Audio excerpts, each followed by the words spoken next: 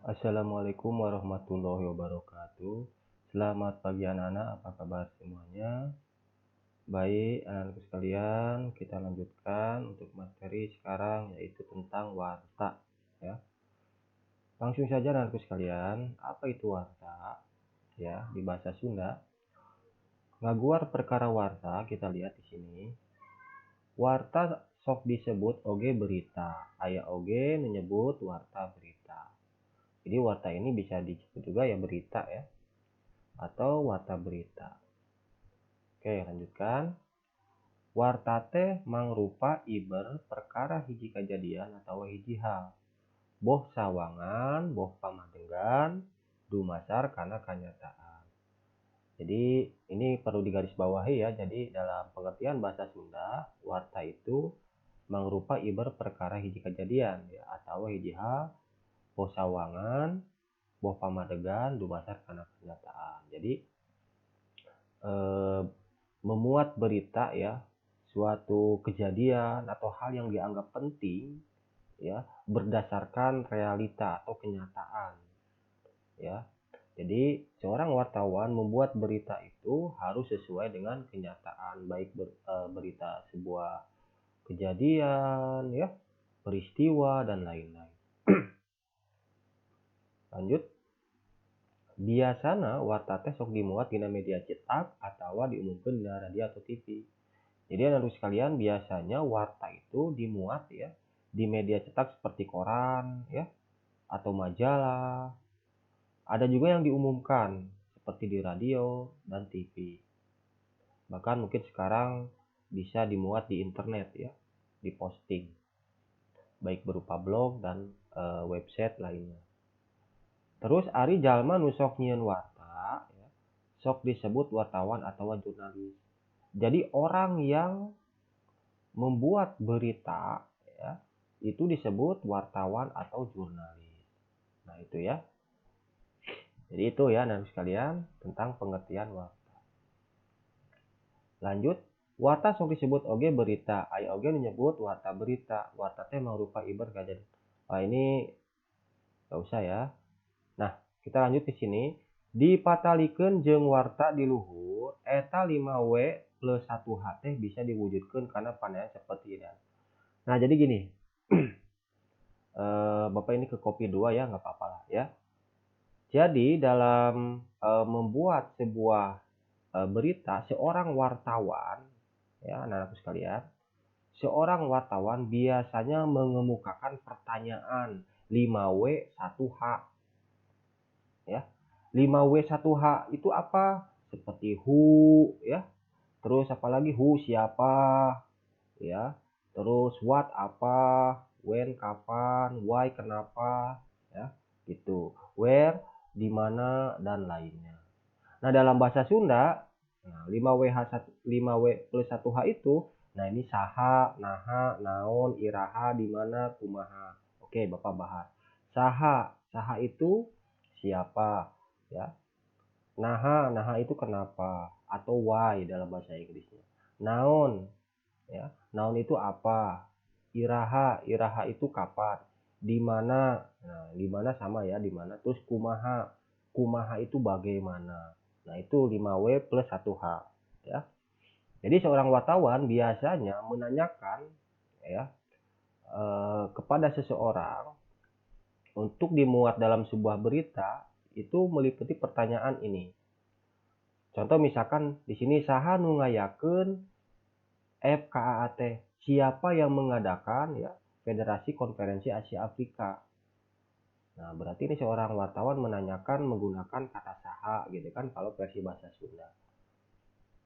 Kalau bahasa Indonesia siapa ya seperti itu. Nah, ini contohnya ya. Terus naha kegiatan FKAT diayakeun di Bandung. Nah, ini contohnya. Kenapa kegiatan FK itu diadakannya di Bandung? Nah, itu terus ketiga, naon wae kegiatan salila FK berlangsungna ya. Apa saja kegiatan selama FKA berlangsung? Iraha lumangsungna FKAT, kapan berlangsungnya FKA itu? Di mana lumangsungna FKAT? Di mana tempatnya ya? Berlangsungnya FKA ya. konferensi Asia Afrika ya Pak itu. Terus kumaha kesiapan panitia dina yang hareupan eta. Bagaimana kesiapan panitia dalam menghadapi FKA ya. Nah, jadi ini contoh ya, contoh seorang wartawan membuat pertanyaan ya kepada seseorang. Nah, termasuk misalkan ada sebuah bencana. Nah, biasanya seorang wartawan langsung meliput dan menanyakan seputar kejadian bencana ya menggunakan pertanyaan ini saha, naha, naon, iraha, di mana gitu kan biasanya seperti itu. Banyak pertanyaan seperti itu kalau versi bahasa Sunda. Nah, itu ya dan sekalian maksud dari 5W plus 1H. Oke. Dina prakna nyusun warta heula penderina eta unsur teh henteu kudu matok kitu bae ya. Bisa bae dimimitan iraha naon di mana atawa nu sejenna. Malah bisa dijembaran deui ku hal-hal anu dianggap perlu dipikanyaho ku balarea. Nah, ini jadi maksudnya jadi seorang wartawan ini menyusun sebuah berita itu meliputi tadi ya, pertanyaan-pertanyaan tadi terus dikemas ya. Jadi sebelum mereka diposting ke media cetak ya, koran atau lainnya, nah mereka dibikin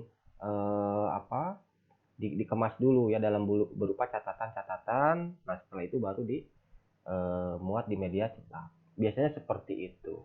Dan berdasarkan realita, kenyataan. Jadi tidak boleh bohong ya beritanya.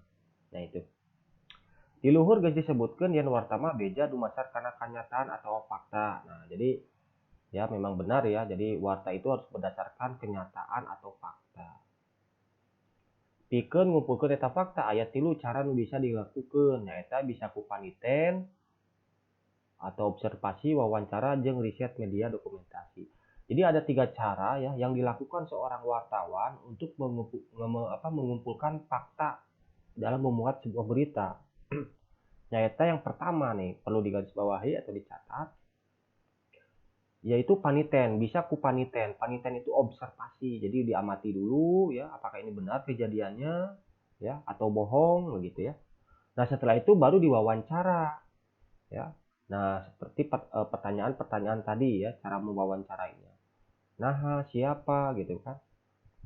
Kumaha, bagaimana dan seterusnya. Biasanya seperti itu pertanyaannya. Terus jeung riset media atau dokumentasi dan ya dokumentasi ya. Jadi ada observasi ya, seorang wartawan itu yang bisa dilakukan diobservasi dulu ya. Terus diwawancarai, setelah itu didokumentasikan. Barulah dibuat sebuah warta atau berita. Nah, jadi seperti itu ya anak sekalian, gampang ya, mudah dipahami. Lanjut, anu dimaksud paniten di dieu nyaeta urang nitenan hiji kejadian atau kenyataan. Nah, jadi paniten di sini ya observasi sebuah kejadian. Misalkan ada kejadian gempa, ya diobservasi dulu apakah benar ini gempa ini benar-benar ada ya. Berapa skala Richter dan lain-lain. Jadi diteliti dulu ya. Nah, sesuai dengan kenyataan. Naon anu katempo karasa kadenge atawa kaalaman dina hiji kejadian atawa kaayaan. Bisa jadi warta upama eta kejadian atawa kaayaan teh dianggap luar biasa. Ari nu dimaksud wawancara nyaeta nu ngawancara hiji jalma ya, boh atawa ahli boh jalma biasa nu dianggap apal kana perkara nu rek diwartakeun ku urang. Nah, ini penting sekali ya anak sekalian. Seorang wartawan biasanya menanyakan suatu perkara ya tentang suatu kejadian yang akan dimuat di media cetak ya, berita ya. Biasanya menanyakan kepada orang yang benar-benar tahu tentang kejadian tersebut.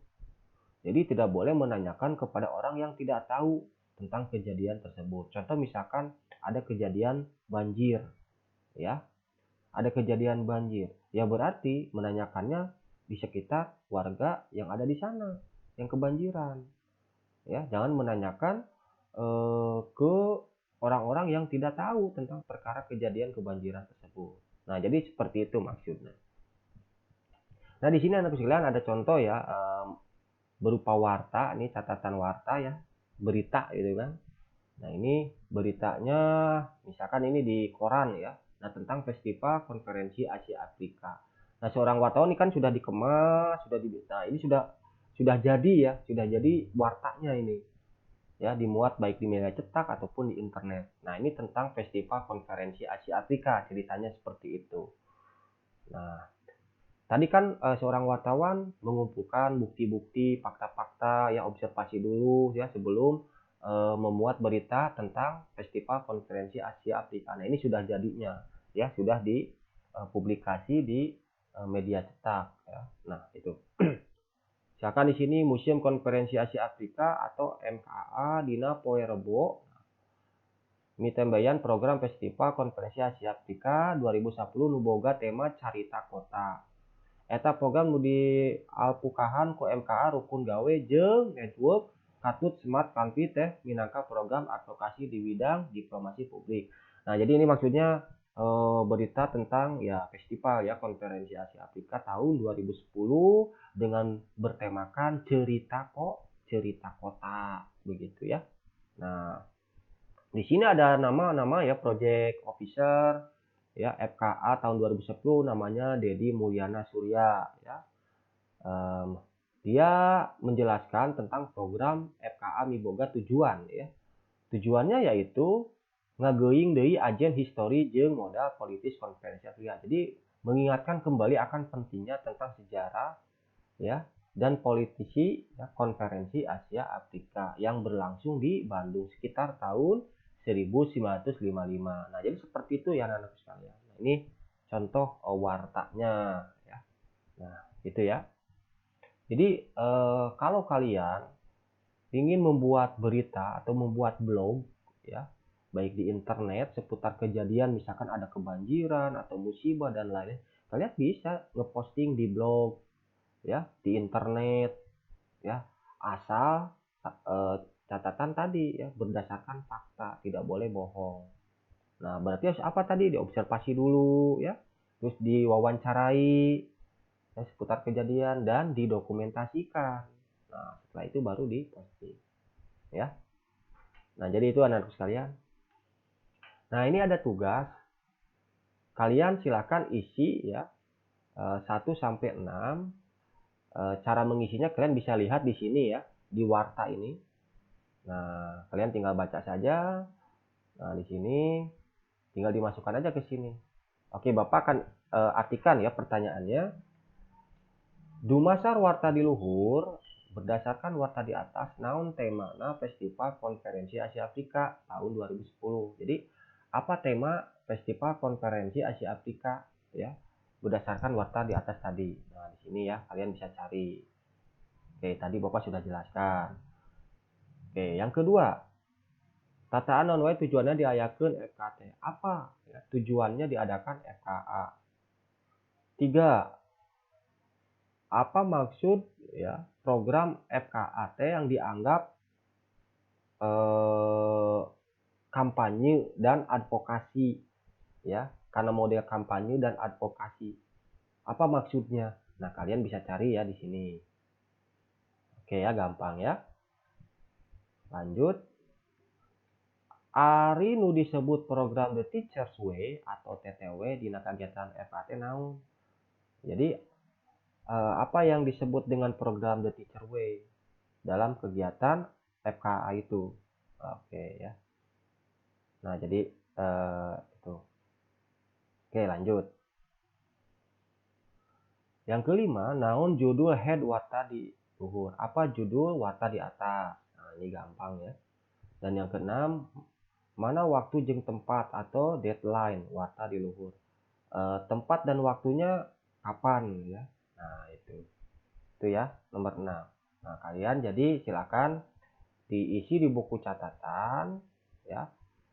Nanti pas pelajaran bahasa Sunda ya dikumpulkan. Jangan di buku catatan, di kertas 2 lembar saja, kasih nama dan kelas ya.